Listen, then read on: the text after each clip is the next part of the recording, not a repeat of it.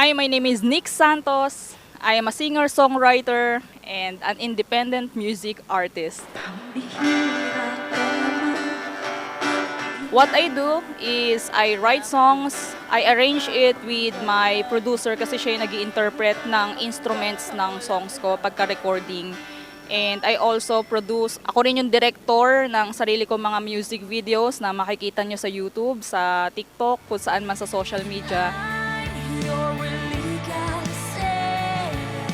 So, yun yung ginagawa ko. Pero, yun nga, self-budget tayo. Dahil independent music artist tayo, no sponsors.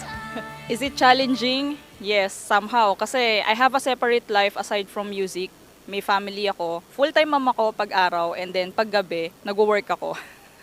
Pero work from home lang rin ako. And ayun, aside from that, kapag magre-record ako ng songs, yung studio na kapartner ko, yung nagpo-produce dito, yung 90 Degree Burn Studio. Ayan, hello po kay Bernie Del Carmen. Hinost rin yung kind of music that I play. So, hindi ako nahihirapan sa kanya. Yun nga lang, ang challenge doon is taga North Caloocan siya, yung studio niya, and ako naman ay taga Obando, Bulacan. So, isang oras lagi yung biyahe ko. Nagjo-joyride ako, ganon.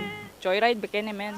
Ayun lang yung part na challenging doon. And then sa mga music videos na pinoproduce ko, since na self-budget tayo, 3 to 4 months, pinaghahandaan natin yan, yung budget. Pinag-iipunan natin yan, pinagtatabihan natin yan. And during those period, kinakausap ko na yung team, kung sino yung kukunin kong videography team, kung may artista ako minsan sa music video na kukunin. Everything 3 to 4 months ahead yung time ng preparation namin. But it is fulfilling to see the final results of my work.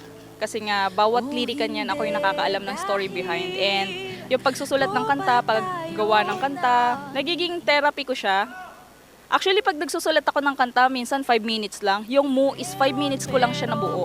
Kasi yung laman ng puso ko during that time, sinulat ko siya na may tugtog na, nag-resonate siya sa pagtugtog ko sa gitara, na may kasama ng chord. So, everything na sinusulat ko, kahit recording, mapapansin nyo, binubus ko talaga yung puso ko talaga sa lahat ng yan. I was really looking forward for people to see my works. Kasi we poured our heart in everything that we do. Tapos, syempre, pera ang labanan talaga para sa pagmamarket ng mga music videos and yung mga kanta natin. Pag wala ka niyan swertihan mo talaga kung may mag-viral ka talaga na kanta. Kaya kung makita nyo tong music video na ito sa feed nyo, I hope na you would give it a chance to listen. Kung magustuhan niyo yung song, thank you so much, and don't forget to follow me na rin sa Spotify, and also stream them on different platforms. You can also use them on your content sa TikTok or saan mang social media platforms yan.